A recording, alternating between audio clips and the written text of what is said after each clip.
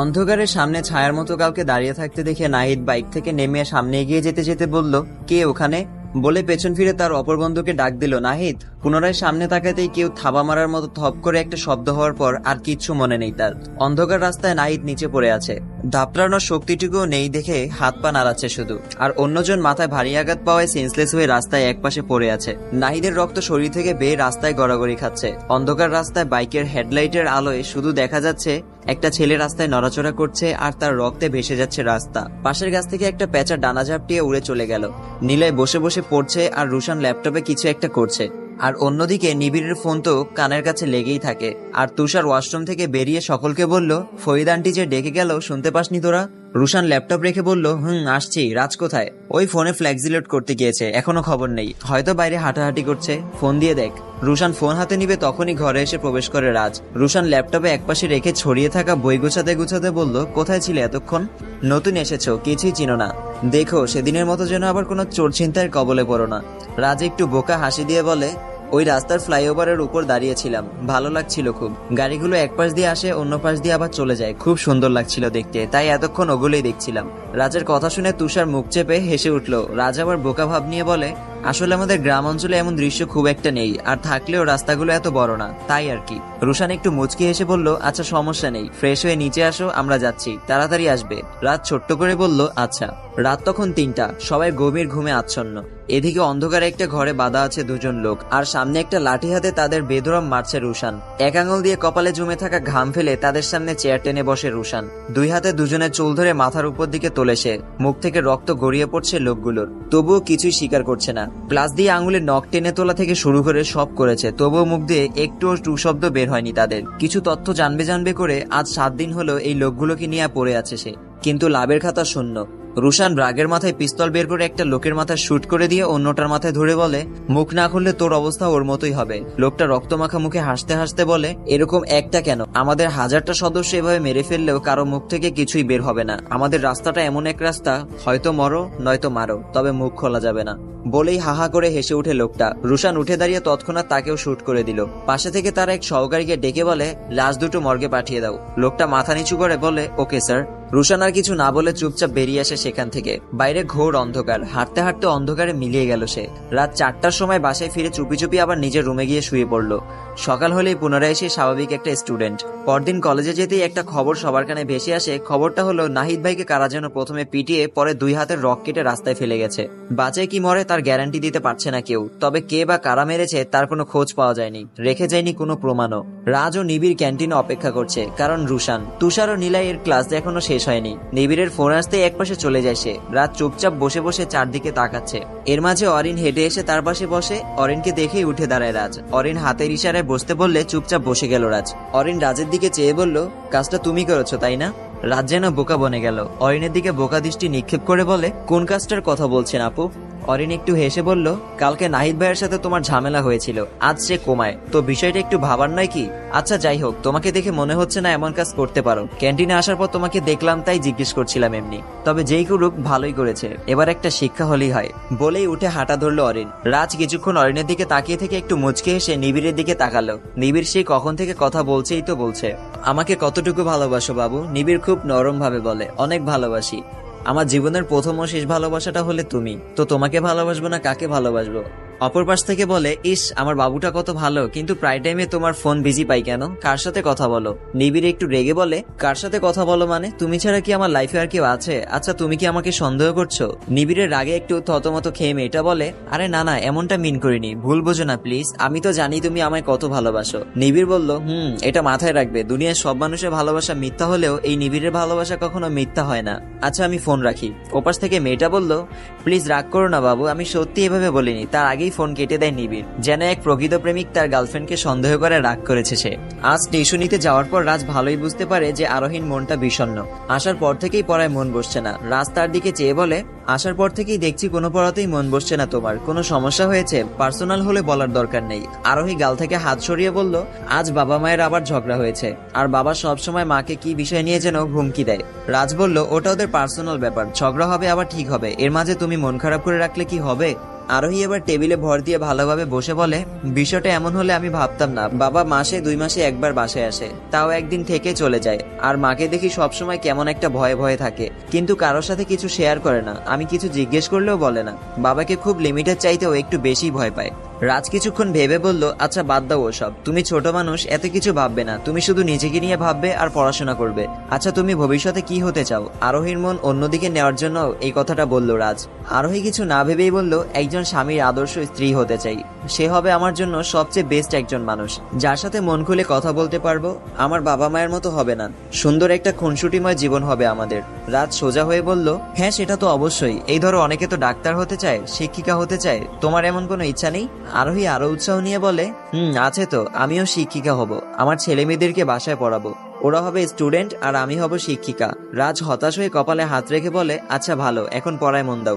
বলেই হাতে থাকা কলমটা ঘুরাতে থাকে রাজ। আরো কিছুদিন যাক, তারপর আরোহীর মায়ের সাথে কথা বলার ট্রাই করতে হবে। যদিও ওনার সাথে একা কথা বলার কোনো অপশন নেই, কারণ কথা বলার সময়ও তার সাথে 2জন সিকিউরিটি গার্ড দাঁড়িয়ে থাকে।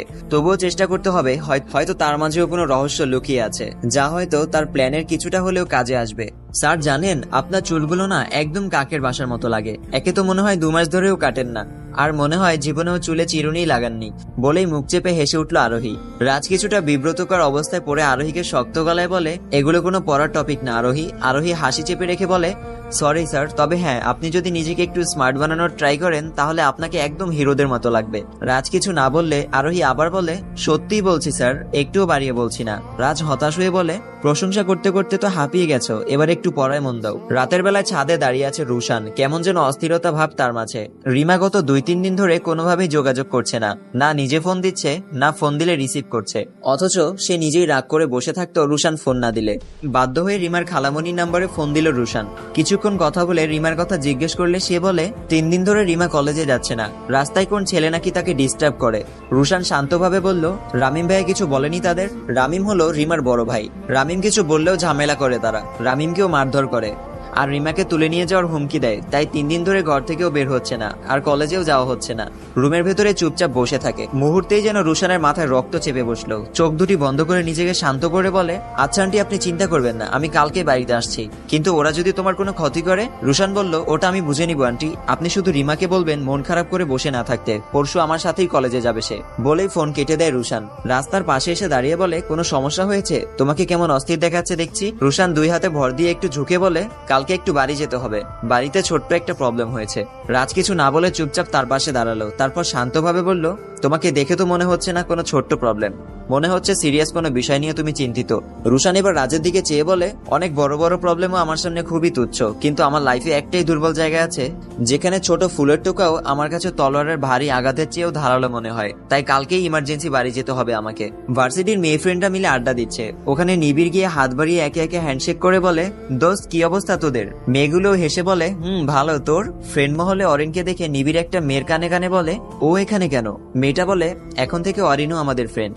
মুহূর্তে নিবিড় একগাল হেসে বলে, আরে তোদের ফ্রেন্ড মানে তো আমারও ফ্রেন্ড। হাই, আমি নিবিড়। অরিনের দিকে হাত বাড়িয়ে বিনিময়ে অরিন কিছু না বললে একটু অপমানিত বোধ করে নিবিড়। সে হাত সরিয়ে বলে, তুমি কোনো বলিউডের নায়িকাও নাও যে এত ভাব দেখাতে হবে। তোমার মতো অনেকটা সুন্দরী মেয়ের লাইন দিয়ে আছে আমার পিছে, আর এদের ফ্রেন্ড দেখে ভদ্রতার খাতিরে ফ্রেন্ড বানাতে চেয়েছি।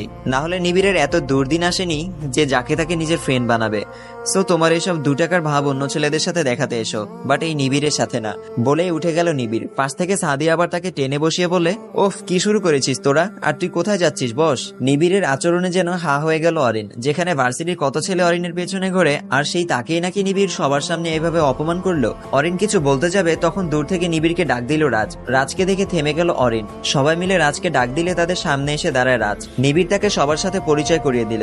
রাজও হাসি মুখে পরিচিত হলো সবার সাথে। নিবিড় বলে, রাজ খুব ভালো স্টুডেন্ট, পরশু আমার সব অ্যাসাইনমেন্ট রাজই করে দিয়েছিল। বন্ধু হিসেবে খুব হেল্পফুল একজন মানুষ সে। তারপর অরিনের দিকে চেয়ে নিবিড় আবার বলে, এই যে গরিবের ক্যাটরিনা কাইফ, ওই দিন যে একটা কাগজের জন্য ওকে এভাবে মার খাওয়ালেন, জিজ্ঞেস করে দেখুন, চিঠিটা সেদিন নাহিদই পাঠিয়েছিল। আর আপনার সামনে হিরো সাজার জন্য আবার এসে নিজেই রাজকে মারধর করে। তাছাড়া এসব আপনার জেনেই বা কি লাভ? আপনার তো অহংকারে মানুষকে মানুষ বলেও মনে হয় না। নিবিড়কে টেনে একপাশে নিয়ে গেল রাজ। তারপর বলে, এভাবে কেন বলছো? যা হওয়ার তো হয়েই গেছে। নিবিড়ও রাজকে ফিসফিস করে বলে, এসব মেয়েদের এভাবে বলেই আগেই লক করে দিতে হয়, দেখবে নেক্সট টাইম আর ভাব দেখাতে আসবে না। কিন্তু তুমি যদি তার ভাবকে বেশি গুরুত্ব দাও তাহলে পরে দেখবে সে আরো বেশি ভাব নিবে। সো সুযোগ বুঝে এসব ভাবের দোকান আগেই বন্ধ করে দিতে হয়। ভার্সিটি থেকে বের হওয়ার পর অরিন রাজের কাছে এসে বলে, সরি ওদিনের ব্যবহারের জন্য। রাজ একটু হেসে বলে, আরে সমস্যা নেই, ওসব পুরনো কথা, আর আমি পুরনো কথা মনে রাখি না। অরিনও একটু হেসে বলে, তোমার নাম্বারটা দাও তো। রাজ বলল, কেন? অরিন বলল, পড়ায় কোনো প্রবলেম হলে তোমার থেকে হেল্প নিতে পারবো, আর ক্লাসমেট হিসেবে যোগাযোগও থাকলো। রাজ একটু হেসে নাম্বারটা দিয়ে দিল। এখান থেকেই শুরু হয়েছিল তাদের ফ্রেন্ডশিপটা। সন্ধ্যার পর কোমরে হাত দিয়ে নিজের ক্লান্ত শরীর ঠেলতে ঠেলতে বাসায় আসে নিবিড়। তুষার তার এই অবস্থা দেখে দৌড়ে গিয়ে তাকে ধরে ধরে রুমে নিয়ে আসে, বিছানায় শুয়ে দেয়, আর জানতে চায় এমনটা কিভাবে হলো, কে মারলো তাকে। নিবিড় ব্যথায় আ উ করতে করতে বলে, আজ 4 নাম্বারটার সাথে দেখা করার কথা ছিল রে দোস্ত। রাস্তায় তার জন্য অপেক্ষা করছিলাম, কারা যেন হুট করে এসে আমায় মেরে দিয়ে চলে গেল। পাশ থেকে নিলয় বলল, মেয়েগুটি তো বিষয় নিয়ে মার খেয়ে বাসায় এসেছিস? ছি ছি, আস্তাগফিরুল্লাহ, তওবা তওবা। সত্যি কি কাহিনী এটা, নাকি কোথাও ধরা খেয়ে মার খেয়েছিস? নিবিড় ব্যথায় শব্দ করে বলে, দেখ নিলয়, বাজে বকবি না, আমি প্রেমিক হতে পারি, তবে এত। তুষার হেসে বলে, তুমি কি তা আমরা সবাই ভালো করেই জানি। নিবিড় এবার নিলয়ের দিকে চেয়ে বলল, প্লিজ দোস্ত, তোর তো আবার মুখ পাতলা, কথা পেটের ভিতর রাখতে পারিস না, যার তার কাছে বলে ফেলিস। এসব কাউকে আবার বলতে যাবি না প্লিজ, আমার মান সম্মান একটুও থাকবে না তাহলে। নিলয় বলে, আরে না না, কাউকে বলবো না। তুই কি আমাকে এমন ছেলে ভাবিস? আমার বুক ফাটে তবুও মুখ ফাটে না, টেনশন নিস না, কাউকে বলবো না আমি। পরদিন সকালে নিলয় রাস্তায় বের হলে নীরার সাথে দেখা, নিবিড়ের আরেক গার্লফ্রেন্ড। নিলয়কে দেখেই নীরা বলে, ভাইয়া শুনুন, আপনি নিবিড়ের ফ্রেন্ড না? নিলয় তার দিকে চেয়ে বলে, হ্যাঁ, কিন্তু আপনি নিবিড়কে কিভাবে চেনেন? নীরা বলল, আমি ওর গার্লফ্রেন্ড। কয় নাম্বারটা? নীরা বলল, কয় নাম্বারটা মানে? ওর কয়টা গার্লফ্রেন্ড? নিলয় বলল, তা তো জানি না। আচ্ছা ভাইয়া, নিবিড় কোথায় আছে বলতে পারবেন? গতকাল থেকে আমার ফোনও ধরছে না। নিলয় একটু হেসে বলে, সেই লেভেলে একটা ডোজ পাইছে। নীরা বলে, মানে?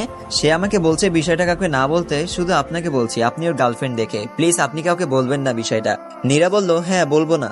তারপর নীরার কাছে এসে নিলয় আস্তে আস্তে বলতে থাকে, নিবিড় কালকে তার গার্লফ্রেন্ডের সাথে দেখা করতে গিয়ে ধরা খেয়ে সেই লেভেলের মার খাইছে, এখন বাসাতেই পড়ে আছে। আমি বাসায় গিয়ে বলবো আপনাকে ফোন দিতে। আর হ্যাঁ, আপনি কথাটা কাউকে বলবেন না প্লিজ, কারণ নিবিড় আমাকেও বলেছিল যেন কাউকে না বলি। আসসালামু আলাইকুম। তো গল্পটা অনেকেরই বুঝতে সমস্যা হচ্ছে, তাই আমি আপনাদেরকে একটু ক্লিয়ারলি বলে দিই। তো এই গল্পের চরিত্রে ছেলে কিন্তু আমাদের 5 জন আছে। 5 জনের নামটা আপনারা ভালো করে কাউন্ট করে রাখবেন। প্রথমত আমাদের রাজ, মানে আমাদের নায়কের ছেলে। তারপর আছে আরো বাকি 4 জন, নিলয়, তুষার, নিবিড় আর রুশান। এই 4 জনের চরিত্রও কিন্তু এই গল্পে দেখানো হচ্ছে।